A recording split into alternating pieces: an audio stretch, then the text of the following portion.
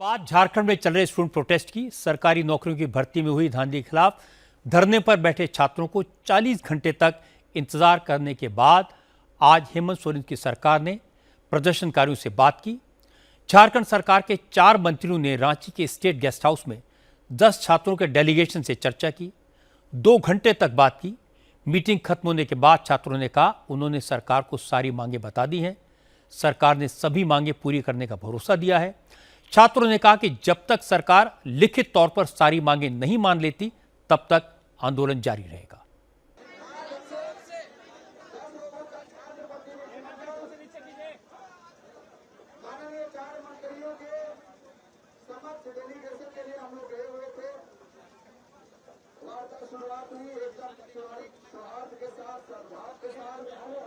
और हमारी जितनी उचित मांगे थी सभी मांगों को माननीय मंत्रियों के सामने एकत्र करके हम लोग रखे और मांग का क्या आधार है वो भी हम लोग सभी छात्र प्रतिनिधियों ने छात्रों ने पूरी विस्तार से हम लोग माननीय मंत्रियों को बताने का काम किया। बड़ा ध्यानपूर्वक उन्होंने सुना और उन्होंने कहा हमारी मांग बिल्कुल जायज है।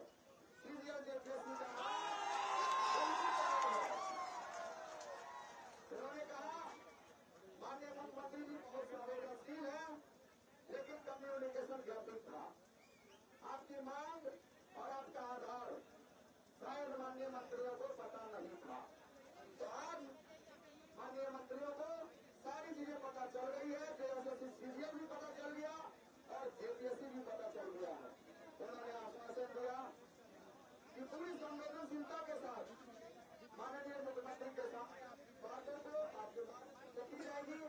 छात्रों में इस बात को लेकर भी नाराजगी है कि दिल्ली में पेपर लीक के खिलाफ आंदोलन करने वाली कॉकरोच जनता पार्टी के लीडर्स भी झारखंड के नौजवानों को सपोर्ट करने के लिए आगे नहीं आए। वामपंथी छात्र संगठन झारखंड में अपना अलग प्रोटेस्ट करके उनके आंदोलन से ध्यान डाइवर्ट करना चाहते हैं। यह आरोप इसलिए लगा क्योंकि स्टेडियम में अनशन पर बैठे छात्रों ने ऐलान किया था अगर सरकार उनकी बात नहीं सुनती तो वो 10 अगस्त को विधानसभा का घेराव करेंगे। लेकिन वामपंथी छात्र संगठन आइसा ने 7 अगस्त को विधानसभा तक मार्च निकालने का ऐलान कर दिया। आज आइसा के प्रेसिडेंट नेहा बोरा इस मार्च को लीड करने रांची पहुंच गई। मार्च में शामिल होने से पहले नेहा बोरा जयपाल मुंडा स्टेडियम गई, धरने पर बैठे छात्रों से मिली। लेकिन आंदोलन करने वाले छात्रों ने नेहा बोरा से कहा कि वो आज विधानसभा मार्च न निकालें, इससे गलत मैसेज जाएगा। नेहा बोरा इसके लिए तैयार नहीं हुई तो स्टूडेंट्स ने उनसे कह दिया जब तक उनके साथ नहीं है तो फिर उन्हें छात्रों के मंच का इस्तेमाल नहीं करना चाहिए। उमर खालिद मुर्दाबाद। नेहा बोरा पसंद नहीं है, वो उमर खालिद का समर्थक है इसीलिए फेंके। हमको कोई फर्क नहीं पड़ता। नेहा बोरा वहां से चली गई। आइसा का विधानसभा तक मार्च शुरू हुआ लेकिन इसी दौरान एक शख्स ने, जिनकी तस्वीर आपने अभी देखी, आइसा की प्रेसिडेंट पर काली स्याही फेंकी तो हंगामा हुआ। मार्च में शामिल लोगों ने स्याही फेंकने वाले शख्स की पिटाई की और उसे पुलिस के हवाले कर दिया। पता लगा इस तरह की हरकत करने वाले शख्स का नाम अमरनाथ पांडे है, हजारीबाग का रहने वाला है, विनोबा भावे यूनिवर्सिटी का छात्र है। अमरनाथ पांडे ने कहा कि नेहा बोरा उमर खालिद का समर्थन करती हैं इसलिए उसने स्याही फेंकी। इस घटना के बाद छात्रों का मुद्दा पीछे छूट गया, सियासत शुरू हो गई। नेहा बोरा ने कहा यह सब राइट विंग के लोग करवा रहे हैं, वो इस तरह के हमलों से डरने वाली नहीं है। हमारे ऊपर टीयर गैस शेल फेंके गए थे, लाठियां फेंकी गई थी, पेलेट गन्स चलाए गए थे। अगर तब छात्र नहीं डरे तो आपकी ये मामूली सी स्याही से क्या डरेंगे? कोई भी पेपर लीक हो, कोई भी करप्शन हो तो सीधे सरकार का हम गिरबान पकड़ेंगे, उससे जवाबदेही लेंगे। तो ये तमाम जो प्राइवेट एजेंसियां हैं जो बीच में घुस करके हमारे भविष्य को, इस देश के भविष्य को, इस झारखंड के छात्रों के भविष्य को बर्बाद कर रही हैं, इन प्राइवेट एजेंसियों को तुरंत रद्द करना होगा और सारी जिम्मेदारी परीक्षा करवाने की सरकार को लेनी होगी।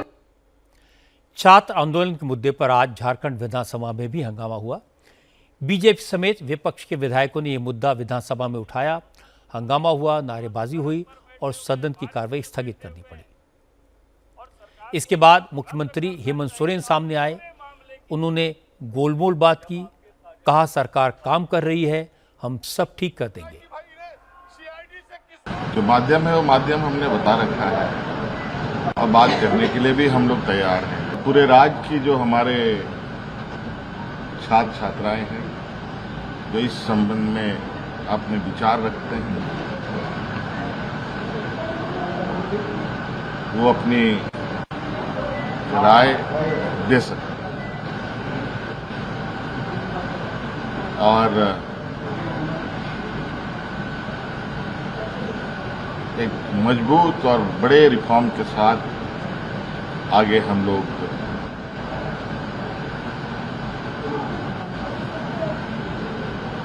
बच्चों की जो ये जिज्ञासा है उस जिज्ञासा को उनके अनुरूप बनाने के उद्देश्य से आगे बढ़े। हेमंत सोरेन क्या कह रहे थे, क्यों कह रहे थे, उनकी बात का मतलब क्या है, ये तो वही जानते होंगे। लेकिन बीजेपी के नेताओं ने इल्जाम लगाया कि हेमंत सोरेन इस मामले को दबाने में लगे हैं, क्योंकि सरकारी नौकरियों के घोटाले में हेमंत सोरेन की सरकार पूरी तरह शामिल है। भर्तियों की लूट का माल अफसर से लेकर मंत्रियों तक जाता है। विपक्ष के नेता बाबूलाल मरांडी ने आरोप लगाया कि हेमंत सोरेन के करीबी विनोद सिंह भी इस घोटाले में शामिल हैं। मरांडी ने दावा किया कि ईडी की रेड में विनोद सिंह के ठिकानों से जेएसएससी सीजीएल एग्जाम के एडमिट कार्ड मिले थे। विनोद सिंह पेशे से आर्किटेक्ट हैं। वो ग्रिड कंसल्टिंग नाम की फर्म चलाते हैं। बाबूलाल मरांडी ने कहा कि आर्किटेक्ट के घर में छात्रों के एडमिट कार्ड क्या कर रहे थे। इसका मतलब है सरकारी नौकरियों की भर्ती के तार हेमंत सोरेन से भी जुड़े हैं। जब ईडी ने मुख्यमंत्री के बड़े करीबी व्यक्ति क्या कोई विनोद सिन्हा क्या छापा मारे थे, उस समय उनके घर से बच्चों का एडमिट कार्ड मिला, जैसे क्या कहते हैं वैकेंसी का, वहां क्या कर रहा था। उनका घर तो कोई जेसीसी और जेपीएससी का दफ्तर नहीं था। इसे साफ होता है कि किस प्रकार से बच्चों का ये लोगों ने भविष्य को बर्बाद किया है, वो किसी से छुपा हुआ नहीं है। सरकार के बचाव में झारखंड के हेल्थ मिनिस्टर इरफान अंसारी आज फिर सामने आए। उन्होंने बाबूलाल मरांडी के आरोप का तो कोई जवाब नहीं दिया। वो छात्रों के आंदोलन में शामिल छात्रों का मजहब खोजने लगे। इरफान अंसारी ने कहा जो कुछ हो रहा है वो सब बीजेपी का किया धरा है, इसीलिए छात्रों ने सरकार के साथ बातचीत के लिए जो नाम दिए उनमें किसी मुसलमान का नाम नहीं है। हम आए हैं तो जो टेक्निकल है नॉन टेक्निकल है उसमें देख रहे थे, कुछ बच्चे बोले थे कि एक भी मुस्लिम नहीं है उसमें, तो ये सारी बातें हैं। तो जब कमेटी होता है तो फुल्ली उसी में कुछ विवाद था, तो हमने कहा कि नहीं, हम लोग जो हम लोग कमेटी देगी हम लोग वार्ता करने को तैयार हैं। वो हमारे बच्चे हैं, याद रखिएगा, पीड़ा हमें है। मैं भी खुद यूथ हूँ। इस बरसात के मौसम में वो लोग धरना पर बैठे हैं, क्या मुझे दर्द नहीं है? क्या मुझे दर्द है? हमें हमारे ही बच्चे हैं सर, हमारे बच्चे हमसे पूछ रहे हैं कि पापा आप लोग क्या कर रहे हैं? तो हम लोग कर रहे हैं, हमारे मुख्यमंत्री जी गंभीर है, लगातार वो प्रयास है। उन्होंने कह दिया कि हम कलीजा चीर के दिखा दें। तो आप सोचिए कितनी बड़ी बातें मुख्यमंत्री जी किए। बीजेपी को करना चाहता हूँ, ये भाजपा का ही करने का सजा हमारे युवाओं को मिल रहा है, और भाजपा ना पड़े तो बेहतर है। इसमें हम लोग समझ लेंगे, हमारे बच्चे हैं, धरना दे रहे हैं, उनकी पीड़ा जो है हम वार्ता करने को तैयार हैं। लेकिन आज बीजेपी सांसद निशिकांत दुबे ने बड़ी बात कही। निशिकांत ने कहा कि इस मामले में राहुल गांधी को जवाब देना पड़ेगा। राहुल गांधी को बताना पड़ेगा कि झारखंड में हेमंत सोरेन की सरकार के दौरान कांग्रेस नेताओं के कितने रिश्तेदारों को सरकारी नौकरी मिली। निशिकांत दुबे ने कहा कि अगर झारखंड सरकार ने 13 अगस्त तक छात्रों की मांगें नहीं मानी, सरकारी नौकरियों की भर्ती के लिए हुए सारे एग्जाम रद्द न किए, तो वो रांची में आमरण अनशन पर बैठेंगे। राहुल गांधी जी को सोरोस साहब ने, जॉर्ज सोरोस ने कहा बात करने के लिए, क्योंकि वो जो भी एजेंडा तय करते हैं, बातचीत करते हैं, वो अमेरिका के दबाव में ही करते हैं। यहाँ सवाल राहुल गांधी का है ही नहीं। यहाँ सवाल ये है कि राहुल गांधी जी को ये बताना चाहिए कि कांग्रेस के कितने नेताओं के रिश्तेदार, झारखंड मुक्ति मोर्चा के कितने नेताओं के रिश्तेदार और आरजेडी के कितने नेताओं के रिश्तेदारों ने पिछले 7-8 साल में नौकरी हासिल की है। जो मेन एक्यूज है अभय तिवारी, उसका बयान आया है कि 80 लाख से लेके 1 करोड़ तक जो है वो लोगों से पैसे लेता था, उगाता था और वो मेंबर्स को पहुंचाता था, चेयरमैन को पहुंचाता था। 13 तारीख तक पार्लियामेंट है।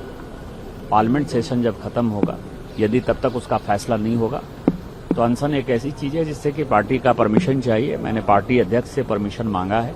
यदि वो परमिशन मिल जाता है तो 13 तारीख के बाद मैं वहां आमरण अनशन करूंगा।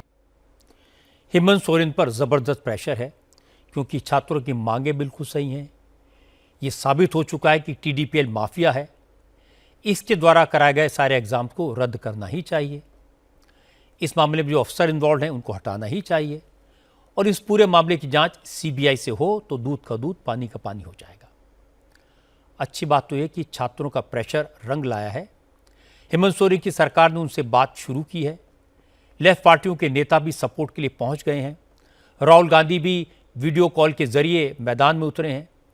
बीजेपी पहले से ही छात्रों का सपोर्ट कर रही है और अब तो निशिकांत दुबे ने आमरण अनशन की धमकी देकर सरकार पर पूरा प्रेशर बना दिया है।